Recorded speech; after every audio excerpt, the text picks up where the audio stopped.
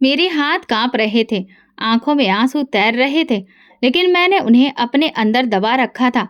पद्मा के चेहरे पर जहरीली मुस्कान थी, जैसे किसी शिकार को बेबस देखकर कोई दरिंदा खुश होता है। ये खाना तुम्हारे लायक नहीं है। उसकी आवाज में जहर घुला हुआ था। अगले ही पल उसने मेरे हाथ से थाली झपट ली और फर्श पर पटक दी। रोटी, सब्जी और चावल जमीन पर बिखर गए। मेरा पेट सुबह से खाली था। भूख की शिद्दत से मेरा सिर चकरा रहा था, मगर पद्मा के ठहाके मेरी बेबसी का मजाक उड़ा रहे थे। उठा लो, अगर इतनी ही भूख है तो जमीन से चुन चुनकर खा लो, उसने ताना मारते हुए कहा। मेरी आंखों में आंसू भर आए, मगर मैंने उन्हें गिरने नहीं दिया। मैं सीधा उसकी आंखों में देखने लगी और मजबूत आवाज में कहा, मेरी किस्मत मेरा भगवान लिख रहा है, तुम नहीं। ये मेरी जिंदगी का सबसे बड़ा सबक था जो मैंने इस लम्हे में सीखा। मेरी माँ की मौत को अभी 1 साल भी नहीं हुआ था। वो बीमार थी, बहुत ज्यादा बीमार, मगर घर में उसका हाल पूछने वाला कोई भी नहीं था। मेरे पिता बिजनेस के सिलसिले में अक्सर बाहर रहते और माँ दिन ब दिन कमजोर होती जा रही थी। फिर एक दिन वो हमें छोड़कर चली गई और मेरी दुनिया की हर रोशनी बुझ गई। माँ के जाने के बाद पिताजी ने दूसरी शादी कर ली। पद्मा बहुत हसीन थी और चालाक भी। शायद इसी वजह से पिताजी उसके जाल में फंस गए थे। शुरू के कुछ दिनों में ही मुझे अंदाजा हो गया था कि वो मुझसे नफरत करती है। तुम्हारी शक्ल भी नहीं देखनी है मुझे। अपनी माँ के साथ क्यों नहीं चली गई, वो अक्सर मुझसे कहती। पिताजी के सामने वो मीठे बोल बोलती, मगर जैसे ही पिताजी की नजरें हटती उसका लहजा बदल जाता।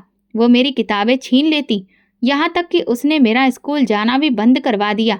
अब मैं सिर्फ एक नौकरानी बन चुकी थी जो सुबह से शाम तक घर के काम करती और फिर गालियां सुनती। तुमने ये सफाई सही से क्यों नहीं की? बर्तन ठीक से क्यों नहीं धोए? तुम बददिमाग, कामचोर और बेकार हो। पिताजी को शायद खबर भी नहीं थी कि उनकी बेटी नरक में जी रही थी, या फिर उन्हें खबर थी लेकिन वे पद्मा के सामने कुछ भी कहने की हिम्मत नहीं रखते थे। आज जब उसने मेरा खाना जमीन पर फेंका, तब मुझे एहसास हुआ कि मैं कब तक ये सब बर्दाश्त करूंगी। मैं भी इंसान हूँ, मुझे भी जीने का अधिकार है। उस दिन मैंने तय कर लिया कि अब मैं जुल्म के आगे झुकने वाली नहीं हूँ। पिताजी के दिल में मेरे लिए जो भी थोड़ा बहुत प्यार बचा था, वो भी पद्मा की जहरीली बातों में दब चुका था। जब भी मैं उनके पास खाने के लिए जाती तो वे या तो टाल देते या फिर सख्ती से डांट कर मुझे चुप करवा देते। एक दिन पद्मा ने फिर मुझे अपमानित किया। तुमने आज भी बर्तन सही से नहीं धोए, तुम्हें ये बात समझ में क्यों नहीं आती? मैंने बेबस होकर पिताजी की तरफ देखा और बस इतना ही बोल पाई, पिताजी, मैं। लेकिन इससे पहले कि मैं अपनी बात पूरी कर पाती, वे बोले, मैं अब और कोई शिकायत नहीं सुनना चाहता। उनका लहजा सख्त था और मैं चुप हो गई। कुछ दिनों के बाद पद्मा ने एक और फैसला सुना दिया। ये स्कूल नहीं जाएगी, ये बड़ी हो गई है, इसे घर के काम सीखने चाहिए। लेकिन इसकी पढ़ाई, पिताजी हल्के से बोले। पर पद्मा ने फौरन उनके कंधे दबाने शुरू कर दिए। पढ़ाई करके क्या करेगी? आखिरकार शादी ही तो होनी है। वैसे भी मैं अकेले इतना काम नहीं कर सकती। पिताजी चुप हो गए और मेरी दुनिया और ज्यादा बर्बाद हो गई। अब मेरा दिन सुबह सुबह शुरू होता। पद्मा मुझे जगा देती और कहती, जल्दी करो, चाय बनाओ।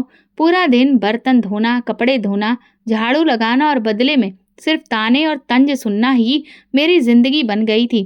खाने के वक्त भी मुझ पर कोई दया नहीं की जाती। कभी थोड़ी सी सब्जी दी जाती तो कभी बची कुची बासी रोटी। अगर मैं ज्यादा खाने को मांगती तो पद्मा की आंखें टेढ़ी हो जाती। ज्यादा खाने की आदत मत डालो, भीख पर पल रही हो। पिताजी सब कुछ देखकर भी अनजान बने रहे। एक दिन पिताजी ने बताया कि उन्हें कारोबार के सिलसिले में शहर से बाहर जाना है। मैंने उनकी आंखों में देखा, शायद वे एक बार मेरे सिर पर हाथ रख दे, लेकिन उन्होंने सिर्फ इतना कहा, पद्मा का कहना मानना, बदतमीजी मत करना। मैंने धीरे से सिर हिला दिया। पिताजी के जाते ही अगले ही दिन पद्मा ने फैसला कर लिया, ये लड़की इस घर में नहीं रहेगी। मेरा दिल धक्क से रह गया, मगर मैं कहाँ जाऊंगी? मैंने आंसू भरी आंखों से पूछा, भाड़ में जा, बस यहाँ से निकल। मेरा गिड़गिड़ाना बिल्कुल बेकार हो गया। कुछ ही पलों में मेरे हाथ में एक छोटा सा थैला था जिसमें मेरे कुछ कपड़े और माँ की तस्वीर थी। दरवाजा जोर से बंद हुआ और मैं बाहर खड़ी रह गई। रात की काली स्याही मेरे दिल की स्याही जैसी थी। अब मैं कहाँ जाऊं? मेरे कदम बेबसी में आगे बढ़ने लगे। सर्दी की रात थी और मैं गलियों में अकेली भटक रही थी। पैरों में चप्पल तक नहीं थी और सड़क की सख्त जमीन मेरे वजूद से ज्यादा मेरे दिल को जख्मी कर रही थी। घर के दरवाजे पर जो आखिरी ठोकर मिली थी वो मेरे अंदर कहीं गहरी लग चुकी थी। मैं कहाँ जाऊं, ये सवाल मेरे दिमाग में गूंज रहा था, मगर इसका कोई जवाब नहीं था। मैंने एक सुनसान गली में एक बेंच देखा और बस वहीं पर दुबक कर बैठ गई। आंखों से आंसू बह रहे थे और पेट में भूख की आग लगी थी। कुछ ही देर बाद 3 बदमाश लड़के उस गली में आ धमके। ओहो, ये कौन है? उनमें से एक ने सीटी बजाई। मेरी रीढ़ की हड्डी में सर्दी की एक लहर दौड़ गई। मैं तुरंत खड़ी हो गई और दूसरी तरफ भागने लगी, मगर वे मेरा रास्ता रोकने लगे। कहाँ जा रही हो मैडम, अकेली रात में? दूसरे ने मुस्कुराते हुए कहा। मुझे जाने दो, मैंने सख्त लहजे में कहा, मगर मेरा लहजा लड़खड़ा गया। बदन मेरी बेबसी जाहिर कर रहा था। उन्होंने आगे बढ़ने की कोशिश की और मेरा दिल तेजी से धड़कने लगा। मैं पीछे हटने की कोशिश कर रही थी, लेकिन अचानक, खबरदार, आगे बढ़े तो, एक भारी आवाज गूंजी और सब लड़के सिहर गए। मैंने देखा कि एक बुजुर्ग महिला हाथ में छड़ी लिए खड़ी थी। उनकी आंखों में गुस्सा और चेहरे पर घिन दिखाई दे रही थी। शर्म नहीं आती तुम लोगों को, एक बच्ची को तंग करते हुए? दफा हो जाओ यहाँ से। लड़के बड़बड़ाते हुए पलट गए। मेरे लहजे में दर्द झलक रहा था। वो समझ गई और बोली, चलो मेरे साथ चलो। मैं नहीं जानती थी कि ये फैसला सही था या नहीं, मगर मेरे पास अब और कोई रास्ता भी नहीं था। कांता आंटी मुझे अपने साथ ले गईं। उनका घर छोटा था, मगर जितना भी था मेरे लिए किसी स्वर्ग से कम नहीं था। बेटी, तुम यहाँ सुरक्षित हो। मैं तुम्हारी माँ जैसी हूँ। ये सुनकर मेरी आंखों में आंसू आ गए। कितने समय बाद किसी ने मुझे बेटी कहकर पुकारा था। अगली सुबह कांता आंटी ने मेरे सिर पर हाथ रखा और कहा, तुम अपनी पढ़ाई पूरी करोगी और मैं तुम्हारी मदद करूंगी। ये सुनकर पहली बार मुझे लगा कि शायद जिंदगी मुझे दूसरा मौका दे रही है। बेटी, अगर किस्मत में तुझे भविष्य में ऊंचाइयों तक पहुंचाना लिखा है तो मैं भी तेरा हाथ नहीं छोड़ूंगी।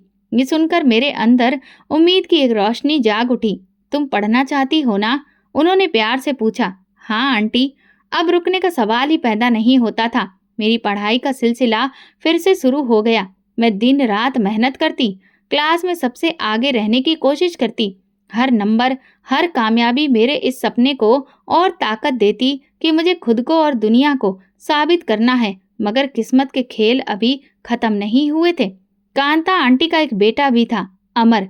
वो मौका परस्त, चापलूस और बड़ा ही स्वार्थी इंसान था, जो चाहता था कि उसकी माँ की पूरी जायदाद सिर्फ उसके कब्जे में रहे। ये कौन है? अमर ने पहली बार मुझे देखकर तिरस्कार भरे लहजे में पूछा। मेरी बेटी है, कांता आंटी ने जवाब दिया। इस पर उसके माथे पर तेवर आ गए। माँ, ये बेटी कहाँ से आ गई? ये हमारी जायदाद पर नजर गड़ाए बैठी है। मैं हैरत से कांता आंटी की तरफ देख रही थी। वो मुस्कुराई और बोली, अमर, अगर जायदाद की फिक्र है तो ऐसे मत करो। भगवान सब कर्म के हिसाब से देता है। मगर अमर कहाँ मानने वाला था। उसने मुझसे नफरत करना शुरू कर दिया। अब रोज बहाने बहाने से मुझे परेशान करता। ये लड़की तुम्हें बेवकूफ बना रही है माँ। यह हमें लूटने के लिए आई है। वो मेरी बेटी जैसी है। तुम्हें इससे दिक्कत क्यों है? क्योंकि ये हमारे लिए खतरा है। मैं चुप रही, मगर अंदर ही अंदर जानती थी कि ये इंसान मेरी जिंदगी को नरक बनाने की हर मुमकिन कोशिश करेगा और एक दिन उसे वो मौका मिल ही गया। माँ, ये लड़की चोरी करती है, अमर ने एक दिन अचानक ऐलान कर दिया। कांता आंटी हैरत से मेरी तरफ देखने लगी। क्या बकवास कर रहे हो अमर? उन्होंने गुस्से से पूछा। ये लो, खुद देख लो। मैंने खुद इसके कमरे में पैसे रखे थे और देखो, ये सब गायब है। मुझे तो लगा जैसे मेरे पैरों तले से जमीन खिसक गई हो। ये इल्जाम मेरी इज्जत और मेहनत पर एक हमला था, मगर अपनी सफाई में मैं बस 2 वाक्य ही कह पाई, आंखों में आंसू लिए। माँ, मैं निर्दोष हूँ। मेरे पैसे कमरे में रखे थे, लेकिन आज वो गायब है। और इस घर में नया कौन आया है भला? अमर ने उंगली मेरी तरफ उठाई। मैंने कुछ नहीं किया। मेरी आवाज कांप रही थी, मगर मेरे शब्दों में सच्चाई थी। कांता आंटी ने गहरी सांस ली। अमर, तुम्हें यकीन है कि तुमने अच्छी तरह देखा? हाँ माँ, और अगर यकीन नहीं तो उसके कमरे की तलाशी ले लो। ये सुनकर मुझ पर जैसे बिजली गिर गई। अमर के चेहरे पर वही मुस्कुराहट थी जो मेरी सौतेली माँ के चेहरे पर होती थी जब वो मुझे घर से निकालती थी। कांता आंटी ने मेरी तरफ देखा उनकी नज़रों में हल्का सा शक था जो मेरे दिल को छलनी कर गया। ठीक है, देख लेते हैं। उनकी आवाज़ में नरमी थी, मगर मैंने भी महसूस किया। अमर मुस्कुराता हुआ मेरे कमरे में गया और पलंग के नीचे से एक लिफाफा निकाला। ये देखिए, ये मेरे पैसे हैं। मुझे लगा जैसे किसी ने मेरे वजूद को जीते जी जला दिया हो। ये झूठ है, मैंने बुलंद आवाज में कहा। कांता आंटी ने लिफाफा उठाकर ध्यान से देखा, फिर उनके चेहरे के रंग बदलने लगे। ये लिफाफा तो वही है जो मैंने तुम्हें दिया था अमर, तुम्हें याद है? इस पर मैंने निशान लगाया था। अमर के चेहरे का रंग पीला पड़ गया। माँ, आप गलत समझ रही हैं। नहीं अमर, मैं बिल्कुल ठीक समझ रही हूँ। उनकी आंखों में बेपनाह गुस्सा था। तुमने मुझे शक करने के लिए उकसाया। तुमने मुझे मजबूर कर दिया कि मैं अपनी बेटी जैसी बच्ची की सच्चाई पर सवाल करूं। अमर ने मेरी तरफ देखा और उसकी आंखों में शर्मिंदगी थी। हेमा, मैं बहुत शर्मिंदा हूँ, मुझे माफ कर दो। अमर की साजिश नाकाम हो चुकी थी, मगर इस घटना ने मुझे अंदर तक हिलाकर रख दिया था। ये दुनिया इतनी जालिम क्यों थी? क्यों लोग एक बेसहारा लड़की को हर हाल में गिराना चाहते थे? लेकिन मैं जानती थी कि अगर मैं गिर गई तो फिर कभी खड़ी नहीं हो सकूंगी, और मैं हारने के लिए पैदा नहीं हुई थी। कांता आंटी ने मेरे सिर पर हाथ रखा। बेटी, दुनिया में हर तरह के लोग होते हैं। कुछ तुम्हें नीचा दिखाएंगे, कुछ तुम्हें उठाएंगे। तुम्हें बस अपने रास्ते पर चलना है। उनके शब्द मेरे लिए उम्मीद की राह बन गए। मैंने खुद से वादा किया कि मैं अपनी पढ़ाई पर पूरा ध्यान दूंगी। फिर वो दिन आ गया जिसका मैं शिद्दत से इंतजार कर रही थी। मैट्रिक के इम्तिहान के लिए मैंने दिन रात मेहनत की, रातों को जाकर पढ़ाई की और खुद को दुनिया से काट लिया। परीक्षा खत्म हुई तो मैंने सुकून की सांस ली, लेकिन असली इम्तिहान तो अब शुरू होना था। रिजल्ट का दिन। मेरे दिल बहुत तेजी से धड़क रहा था। मैंने धड़कते दिल से अपना नतीजा देखा और जैसे ही मेरी नज़र नंबरों पर पड़ी, मेरी आंखें हैरत और खुशी से फैल गईं। माँ, मैंने पूरे जिले में टॉप किया है। कांता आंटी ने मुझे सीने से लगा लिया। बहुत अच्छे बेटा, मुझे पता था कि मेरी बेटी सबसे आगे निकलेगी। मेरे लिए ये कामयाबी सिर्फ नंबरों की जीत नहीं थी, बल्कि उन तमाम लोगों के मुंह पर तमाचा था जिन्होंने कहा था कि मैं कुछ भी नहीं कर सकती, जो मुझे कुचलने के सपने देख रहे थे। उसी दिन कांता आंटी के एक पुराने जानने वाले सुरेंद्र साहब हमारे घर आए। वो एक बड़े ही पढ़े लिखे और ऊंचे दर्जे के इंसान थे। कांता आंटी के कहने पर वो मेरा रिजल्ट देखने आए थे। बेटा, तुम्हारी काबिलियत देखकर मुझे खुशी हुई। मैं तुम्हारे लिए स्कॉलरशिप का बंदोबस्त कर सकता हूँ। तुम्हें फिक्र करने की जरूरत नहीं, तुम्हारी पढ़ाई का खर्च मैं उठाऊंगा। ये सुनकर मैं हैरान और खुशी के मिले जुले एहसास में खो गई। क्या वाकई? मेरी आवाज कांप रही थी। हाँ, लेकिन शर्त यह है कि तुम अपनी मेहनत जारी रखोगी और कभी हिम्मत नहीं हारोगी। मैंने नम आंखों से सिर हिलाया। जिंदगी ने एक बार फिर साबित कर दिया कि जब सारे दरवाजे बंद हो जाते हैं, तब भी भगवान तुम्हारे लिए कोई ना कोई रास्ता जरूर खोल देता है। जिंदगी एक नई राह पर चल पड़ी थी। मेरी स्कॉलरशिप मंजूर हो गई और फिर मेरा एडमिशन एक बहुत ही अच्छे कॉलेज में हो गया। कॉलेज का पहला दिन था और मैं जोश से भरी होने के साथ साथ थोड़ी नर्वस भी थी। मैंने खुद को यकीन दिलाया कि अब सब कुछ ठीक हो चुका है, लेकिन किस्मत के अपने ही खेल होते हैं। अरे, ये क्या? मैं देख रहा हूँ कि हमारे जिले की टॉपर यहाँ इस कॉलेज में। ये आवाज़ सुनकर मेरा दिल एक पल के लिए थम गया। मैं पीछे मुड़ी और सामने रंजीत खड़ा था, मेरा सौतेला भाई, जो कभी मुझे मेरी औकात याद दिलाता था, जो पद्मा के कहने पर मुझसे नफरत करता था। यहाँ क्या कर रही हो? कोई गलती तो नहीं हो गई तुम्हारा एडमिशन में? वो जहर भरी मुस्कान के साथ बोला। मेरी उंगलियां मुट्ठी में बंद हो गईं, मगर मैंने खुद को शांत रखा।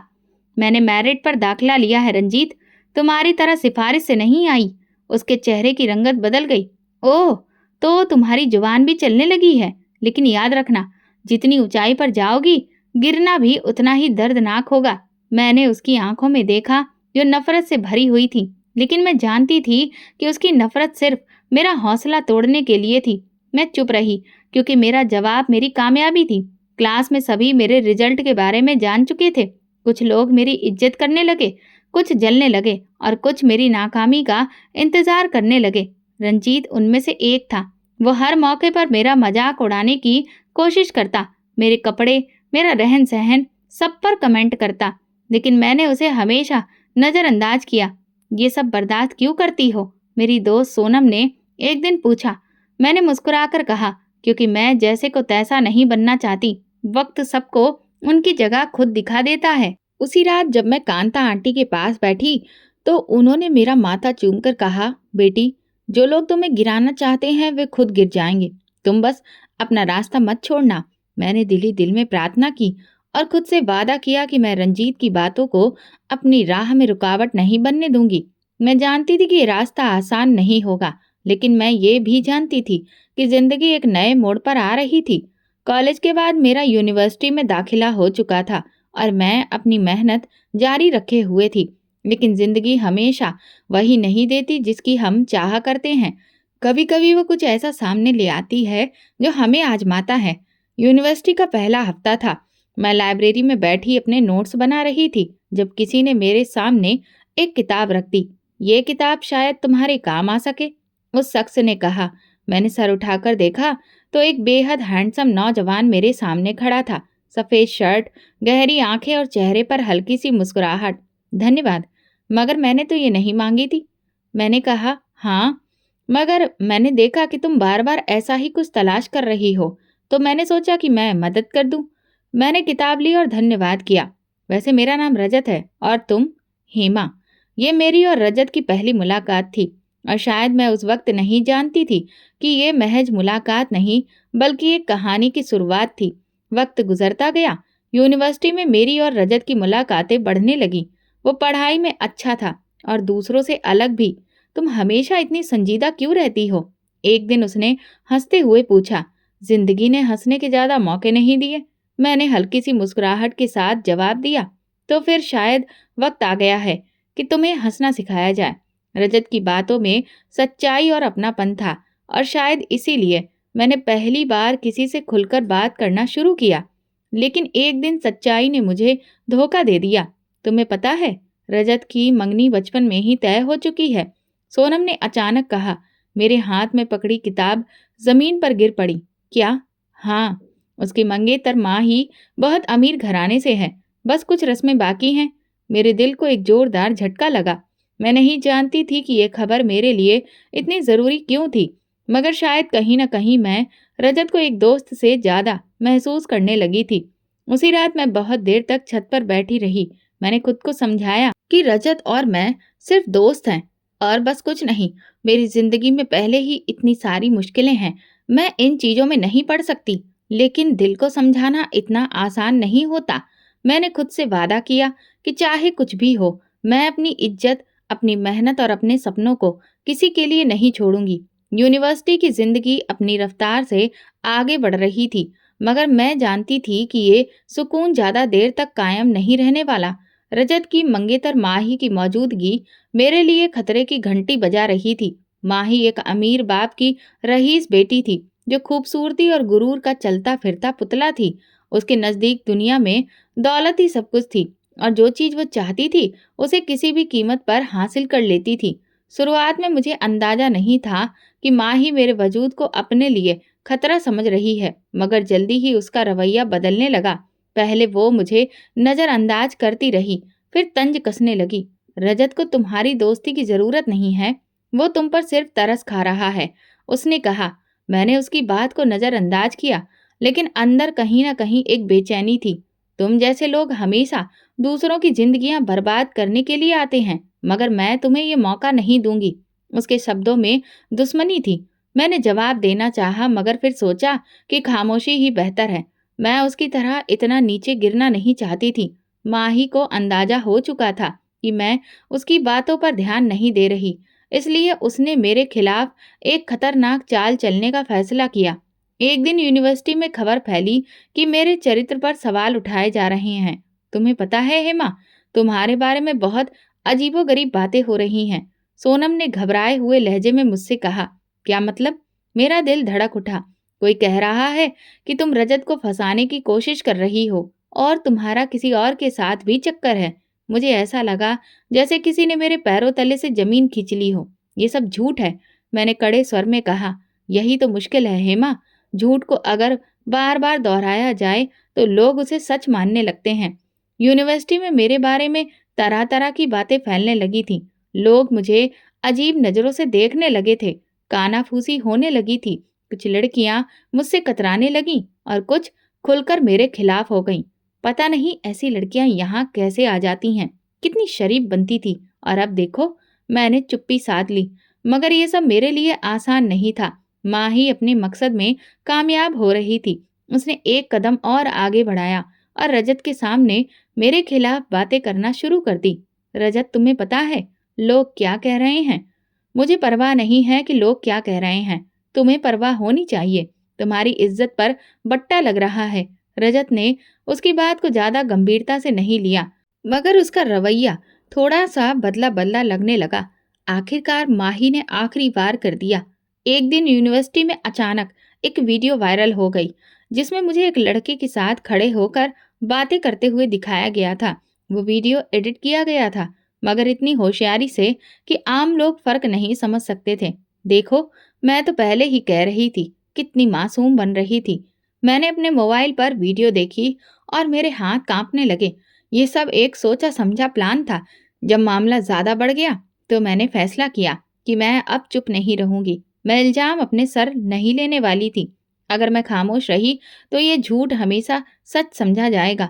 मैं सीधा यूनिवर्सिटी के डीन के पास गई और उन्हें बताया कि ये वीडियो झूठा है, सारे इल्जाम गलत हैं और मैं इसका सबूत ला सकती हूँ। डीन ने मामले की जांच का आदेश दिया। आईटी डिपार्टमेंट ने वीडियो की जांच की और जल्दी ही सच्चाई सामने आ गई।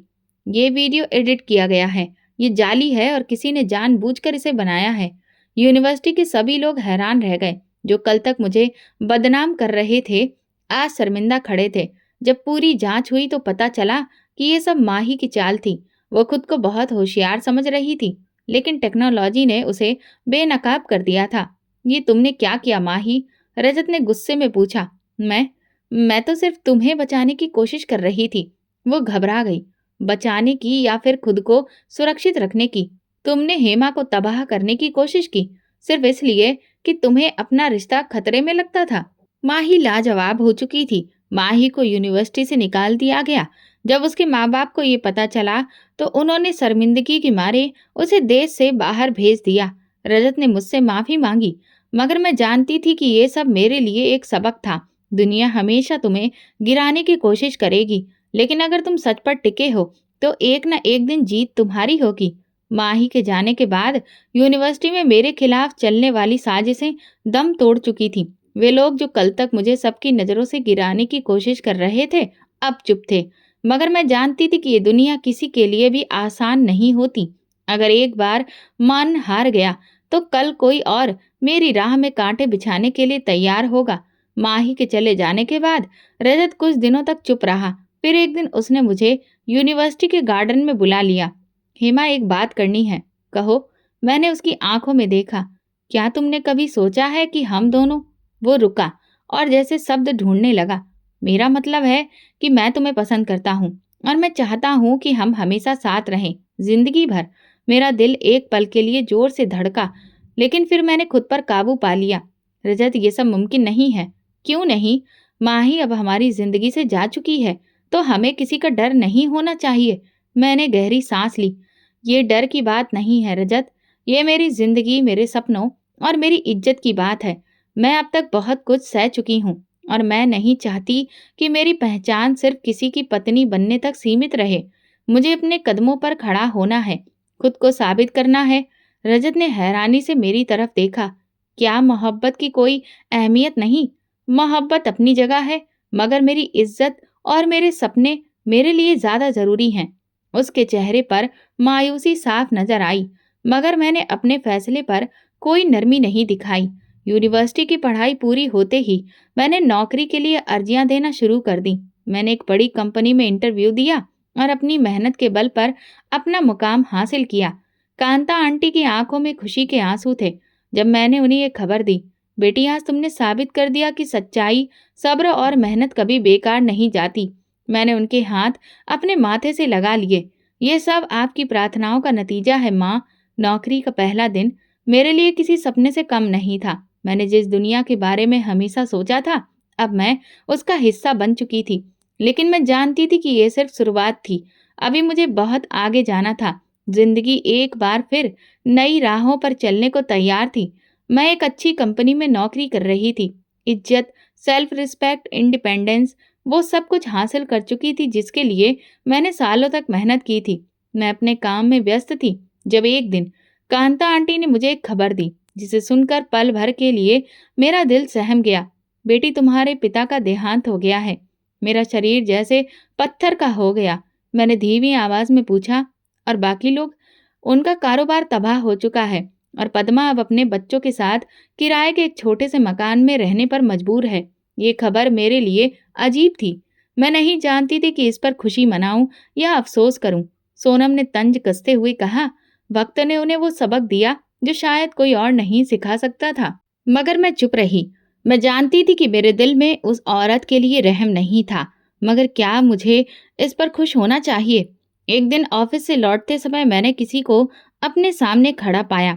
वो रंजीत था। उसकी आवाज में अजीब सी शर्मिंदगी थी। तुम यहाँ क्या कर रहे हो? मैंने ठंडे लहजे में पूछा। मैं तुमसे कुछ कहना चाहता हूँ। अब कहने को क्या बचा है? जब मेरी जिंदगी नरक बन रही थी तब तुम कहाँ थे?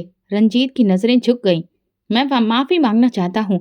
माँ बहुत बुरे हाल में है और मैंने पहली बार जिंदगी में सीखा है कि जो किसी के साथ बुरा करता है उसे खुद भी वही सहना पड़ता है। मैंने उसके चेहरे को ध्यान से देखा। वही रंजीत जो कभी मेरा मजाक उड़ाया करता था आज बेबस खड़ा था। और तुम्हें क्या लगता है कि मैं तुम्हारी मदद करूंगी? क्योंकि तुम मुझसे बेहतर इंसान हो, और शायद इसीलिए कि तुम जानती हो कि जब कोई बेबस हो जाता है तब उस पर रहम करना सबसे बड़ी जीत होती है। मैंने गहरी सांस ली। क्या मैं सच में उन्हें माफ कर सकती थी? ये वही लोग थे जिन्होंने मेरे साथ जुल्म किया था, मगर आज वही लोग मेरी दया के मोहताज थे। मैं जानती थी कि यह फैसला आसान नहीं होगा। अगले दिन मैं अपने ऑफिस में बैठी थी जब मेरी सेक्रेटरी ने आकर जानकारी दी। मैडम, एक औरत आपसे मिलना चाहती है। वो कह रही है कि वो आपको जानती है और बहुत जरूरी बात करनी है। कौन है? पद्मा नाम है उनका। ये सुनकर मेरा दिल एक पल के लिए धड़का, मगर मैंने खुद पर काबू रखा। उन्हें अंदर भेज दो।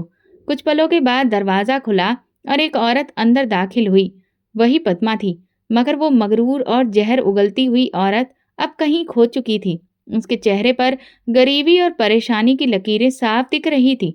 कीमती कपड़ों की जगह उसने एक सादा सा जोड़ा पहन रखा था। उसकी आंखों में वो चमक नहीं थी जो कभी मेरे जख्मों पर नमक डालती थी। बेटी, उसकी आवाज कांप गई। मुझे यकीन नहीं हुआ कि वही औरत थी जो कभी मुझे अपने कदमों की धूल समझती थी। यहाँ क्यों आई हो? मैंने सपाट लहजे में पूछा। मेरी गलतियों को माफ कर दो हेमा। मैं जानती हूँ कि मैंने तुम्हारे साथ बहुत बुरा किया, लेकिन अब मैं बेबस हूँ। हमारे पास कुछ नहीं बचा। रंजीत भी नौकरी की तलाश में मारा मारा फिर रहा है और हम एक वक्त की रोटी के लिए मोहताज हो चुके हैं। मैं चुपचाप उसे देखती रही। मैंने तुम्हें बहुत सताया है, तुम्हें घर से निकाला, तुम्हारी जिंदगी मुश्किल बना दी, लेकिन शायद भगवान ने मुझे मेरे किए की सजा दी है। मैंने ठंडी सांस ली। अब तुम्हें क्या चाहिए? बस एक छोटी सी नौकरी, ताकि मैं अपने बच्चों को पाल सकूं।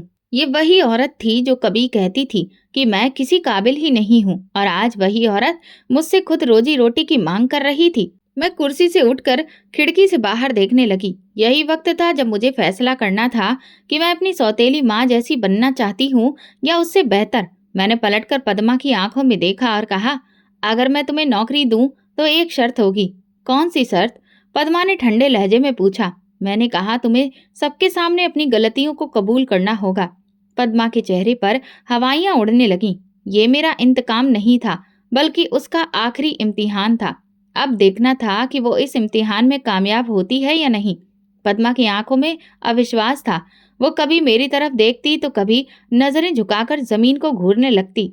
सबके सामने उसने धीरे से कहा, जैसे वो खुद को यकीन दिला रही हो, यही शर्त है? हाँ, सबके सामने। मेरा लहजा सख्त था, मगर जज्बात पूरे थे। ये मेरी शर्त नहीं थी, बल्कि इंसाफ था। अगर मैंने अपनी जिंदगी में कदम कदम पर अपनी सच्चाई साबित की थी, तो अब उसे भी अपनी गलतियों को अपनाना होगा। पद्मा ने एक लम्हे के लिए गहरी सांस ली। वो जानती थी कि उसके पास अब और कोई रास्ता नहीं था। ठीक है, मैं सबके सामने अपनी गलतियां मानूंगी। अच्छा फैसला है, मैंने पलटकर जवाब दिया और अपनी सेक्रेटरी को बुलाकर कहा, ऑफिस के जितने भी कर्मचारी हैं सबको मीटिंग रूम में बुलाया जाए। पद्मा ने मुझे अविश्वास से देखा। शायद वो सोच रही थी कि मैं इतनी जल्दी ये सब नहीं करूंगी, मगर मैं फैसला कर चुकी थी। अगर उसे अपनी गलतियों पर वाकई शर्मिंदगी है तो उसे अपनी इज्जत बचाने के लिए झूठ नहीं बोलना चाहिए। मीटिंग रूम में कंपनी के सारे कर्मचारी खड़े थे। मैं कुर्सी पर बैठी और पद्मा मेरे सामने खड़ी थी। ये मैडम जो आज मेरे पास मदद के लिए आई हैं, ये मेरी सौतेली माँ है, मैंने कहना शुरू किया। कमरे में खुसुर-पुसुर होने लगी। कुछ लोग हैरान थे, कुछ खामोशी से सुन रहे थे। ये वही औरत है जिसने मुझे बचपन में घर से निकाला, मुझ पर जुल्म किया, मेरे पिता को मेरे खिलाफ कर दिया और फिर मुझे दर-दर भटकने के लिए छोड़ दिया। पद्मा की नजरें जमीन पर जमी थीं और आज ये मेरे दरवाजे पर खड़ी है। ये मदद मांगने आई है। मैंने एक पल के लिए रुककर पूरी बात कही, फिर सीधा पद्मा की तरफ देखा। अब सबके सामने बोलो, पद्मा, सबको बताओ कि तुमने मेरे साथ क्या-क्या किया और आज तुम किस हाल में हो। पद्मा की सांसें भारी होने लगीं, मगर अब उसके पास कोई चारा नहीं था। मैंने हेमा के साथ गलत किया, गुनाह किया। उसकी आवाज कांप रही थी। मैंने इसे हमेशा कमजोर समझा, इस पर जुल्म किया, इसे नीचा दिखाया, इसके सपने छीन लिए। मैंने इसे घर से निकाला और इसकी जिंदगी बर्बाद करने की कोशिश की। उसकी आंखों से आंसू गिरने लगे, मगर वक्त ने मुझे वही दर्द दिया जो मैंने किसी और को दिया था।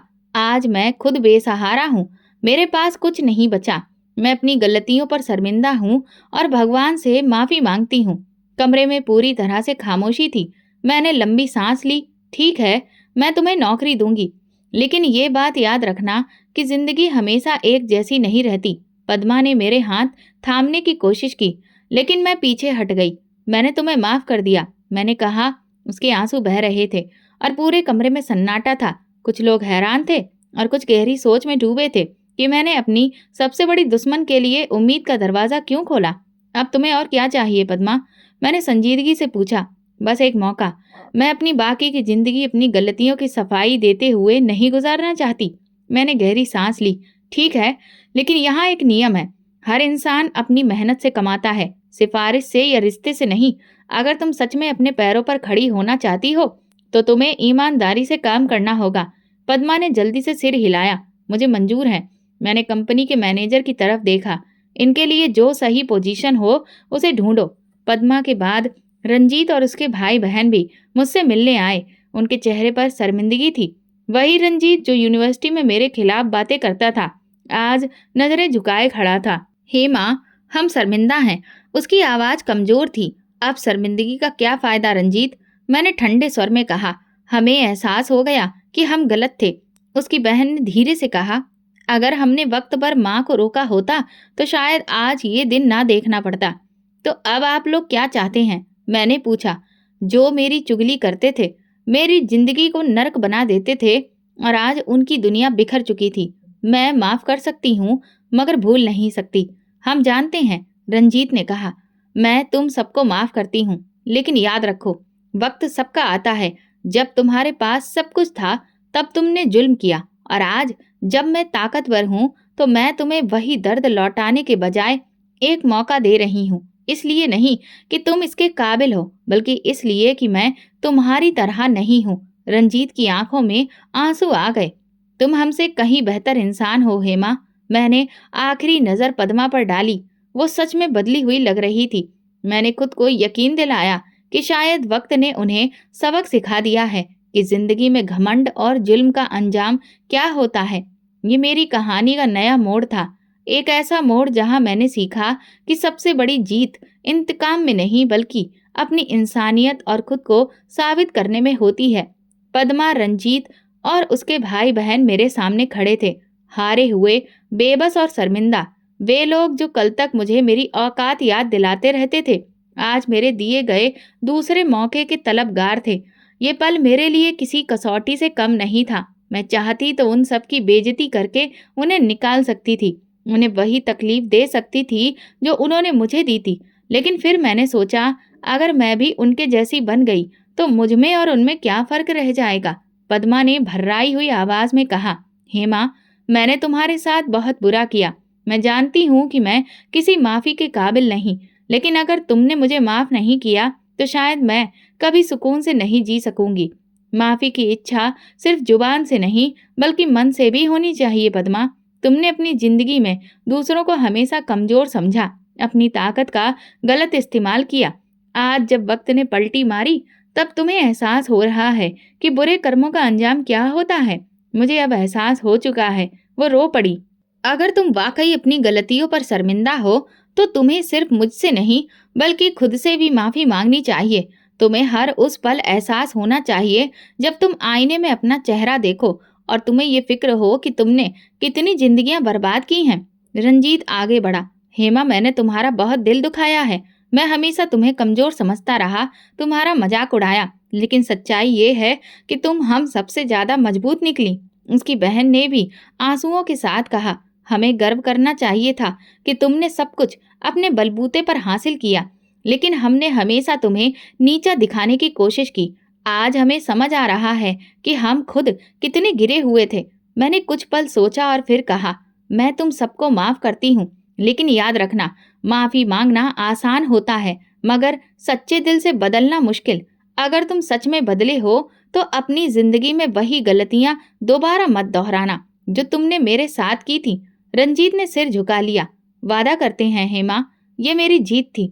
ना तो मैंने पद्मा को जलील किया, ना रंजीत को नीचा दिखाया, बल्कि अपने नियमों और मूल्यों को कायम रखते हुए मैंने उन्हें माफ कर दिया, लेकिन उनकी दी हुई तकलीफ को हमेशा के लिए याद रखा।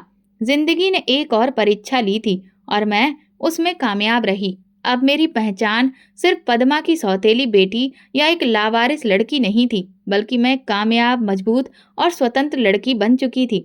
फिर एक दिन एक अनजानी सी मुलाकात हुई। बड़े ही लंबे समय के बाद तुमसे मिल रहा हूँ। मैंने सर उठाकर देखा तो सामने रजत खड़ा था। वही संजीदा मगर नरम लहजा, वही पुरानी कशिश। तुम यहाँ कैसे? मैंने हैरानी से पूछा। मैं हमेशा से यहीं था, बस तुमने ही खुद को व्यस्त कर लिया था। वो हल्का सा मुस्कुराया। लेकिन आज मैं तुमसे कुछ पूछने आया हूँ। मैं चुप रही। हेमा, मैं हमेशा तुम्हारी इज्जत करता रहा हूँ, तुम्हारी मेहनत को सराहा है, और आज भी मैं तुमसे वही सवाल करना चाहता हूँ जो मैंने सालों पहले किया था। मेरा दिल जोर से धड़क उठा, लेकिन मैंने खुद को संभाला। कौन सा सवाल? क्या तुम मेरे साथ जिंदगी गुजारना चाहोगी? मैंने उसकी आंखों में देखा। वो इंसान जिसने कभी मेरे खिलाफ किसी साजिश को जगह नहीं दी, जिसने हमेशा मेरी ताकत को सराहा, जो मेरी इज्जत को मेरी सबसे बड़ी खूबी समझता था। मैंने एक पल सोचा, यही वक्त था फैसला करने का। हाँ रजत, मैं तैयार हूँ। उसके चेहरे पर मुस्कुराहट आ गई, वो मुस्कुराहट जो बरसों बाद मेरी जिंदगी में खुशी लेकर आई थी। पद्मा, रंजीत और बाकी भाई बहन भी अपनी जिंदगी को ठीक करने में लग गए थे। पद्मा ने अपनी नौकरी ईमानदारी से की और मैंने कभी उस पर दबाव नहीं डाला, क्योंकि मुझे पता था कि वक्त खुद सबसे बड़ा इंसाफ करने वाला है। रंजीत ने एक छोटी सी नौकरी कर ली और उसकी बहन ने भी आगे पढ़ना शुरू कर दिया। जिंदगी सबको दूसरा मौका देती है, बस कुछ लोग उसे पहचान लेते हैं और कुछ गवा देते हैं। आज मैं वो हेमा नहीं थी जिसे जमाने ने कमजोर समझा था। मैंने खुद को साबित किया था, अपनी पहचान बनाई और अपने सिद्धांतों पर कायम रही। मैंने एक आखिरी बार दिल में वही बात दोहराई, मेरा नसीब मेरा भगवान लिखता है, तुम नहीं। मेरी जिंदगी का एक अध्याय पूरा हो चुका था। जिस सफर का आगाज मेरी माँ के देहांत और सौतेली माँ के जुल्म से हुआ था, वो आज एक खूबसूरत मंजिल तक पहुंच चुका था।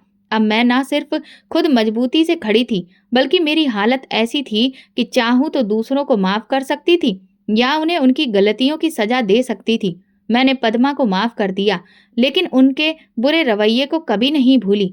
माफी देना और अतीत को मिटा देना दोनों अलग बातें हैं। मैंने सिर्फ पहला रास्ता चुना।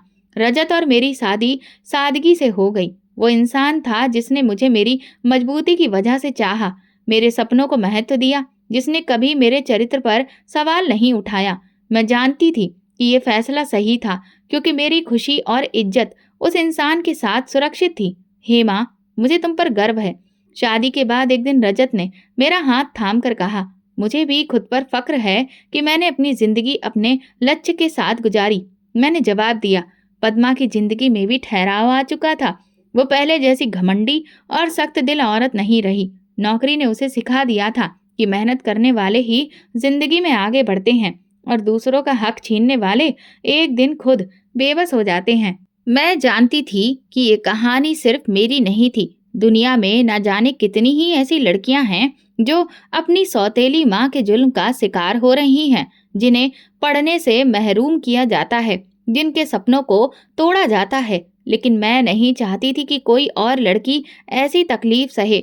इसीलिए मैंने ऐसा कदम उठाया जो मेरी जिंदगी का सबसे बड़ा मकसद बन गया। मैंने उन लोगों को सहारा दिया जो सौतेले रिश्तों, जुल्म, गरीबी या फिर किसी और मजबूरी के कारण अपने सपनों से अलग हो गए थे। मैंने एक संस्था खोली, एक ऐसा स्थान जहां वे बच्चे थे जिन्हें दुनिया ने ठुकरा दिया था, जिनके सपनों को रौंदा गया था। ये सब मैंने अपनी स्पीच में कहा। वहां पद्मा भी मौजूद थी। वो मेरी तरफ देख रही थी। उसकी आंखों में कृतज्ञता और भरोसा था। हेमा, तुमने वो कर दिखाया जो कोई सपने में भी नहीं सोच सकता था। पद्मा मेरे पास आकर बोली। मैंने हल्की मुस्कान के साथ उसकी ओर देखा और कहा, ये मेरा फैसला था और भगवान ने इसमें मेरा साथ दिया। ये कहानी सिर्फ मेरी कामयाबी की नहीं थी, बल्कि हर उस जुल्म को मिटाने के लिए थी जहां दुनिया ताकतवर लोगों को पसंद करती है। लेकिन असली ताकत वही होती है जहां इंसान हक और सच्चाई पर कायम रहे और अपना रास्ता खुद बनाए। मेरा नसीब मेरा भगवान ही लिखता है और कोई नहीं। दोस्तों, अगर आपको हमारी कहानी पसंद आई हो तो कमेंट करके ज़रूर बताइए। वीडियो को लाइक करें और ज़्यादा से ज़्यादा शेयर करें। अगर आप चैनल पर नए हैं तो सब्सक्राइब ज़रूर करें और नोटिफिकेशन बेल को दबाएं ताकि अगली अपडेट सबसे पहले आपको मिले। धन्यवाद।